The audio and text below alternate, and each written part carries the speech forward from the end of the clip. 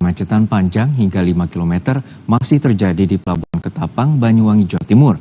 Macetan terjadi akibat lokasi penampungan truk yang penuh. Pengemudi truk besar pun harus menunggu berhari-hari agar bisa menyeberang ke Bali. Jurnalis Kompas TV Rendra Farandika memiliki laporan lebih lengkap berikut ini. Balik kemacetan di Pelabuhan Ketapang, tersimpan kisah sopir yang antre hingga berhari-hari. Bukan hanya lambat, tapi perjuangan menjaga fisik, emosi, dan harapan. Saya mengajak Anda berbincang dengan sejumlah sopir yang hingga sampai saat ini masih mengantre di Pelabuhan Ketapang. Ya, saat ini saya sudah bersama sopir yang telah mengantri. Pak, dengan Bapak siapa? Pak Muhlas. Pak, sudah berapa lama mengantri? Sekitar 2 harian ini sudah Mas, terkatung-katung ini. Pak, dan kemudian bisa diceritakan apa sih keluh kesah supir yang berada di sini? Waduh, sangat buruk ini Mas. Keluh kesahnya supir ini sudah berdampak banyak, sangat banyak. Terutama sama teman-teman semuanya sopir, ini sudah bingung semuanya ini sudah. Uang saku sudah habis, nggak ada lagi ini gimana?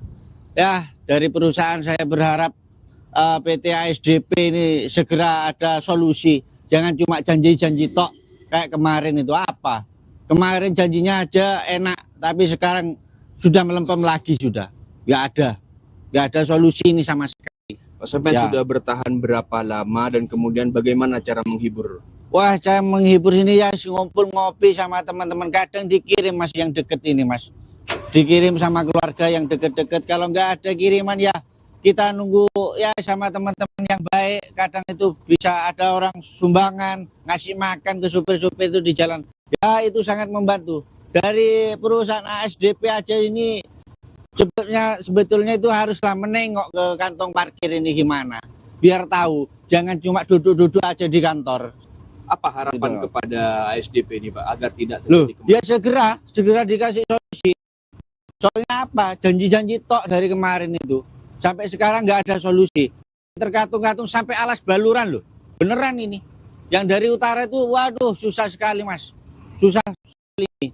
Itulah perbincangan saya bersama seorang sopir yang hingga sampai saat ini menunggu di area dermaga Bulusan. Mereka berharap adanya kapal bantuan yang cukup agar segera mengurai antrean yang begitu panjang. Dan hingga sampai siang ini masih terjadi antrean sekitar 5 km menuju arah Pelabuhan Ketapang. Jurnalis Kompas TV, Rendra Farandika melaporkan. Usai jeda saudara, di tengah bencana kemanusiaan yang terjadi, Israel masih melancarkan serangan di jalur Gaza kemarin malam. Serangan terjadi tidak lama setelah militer Israel melepaskan tembakan di dekat pusat pemberian bantuan. Banjir bandang menerjang wilayah pegunungan di Vietnam Utara.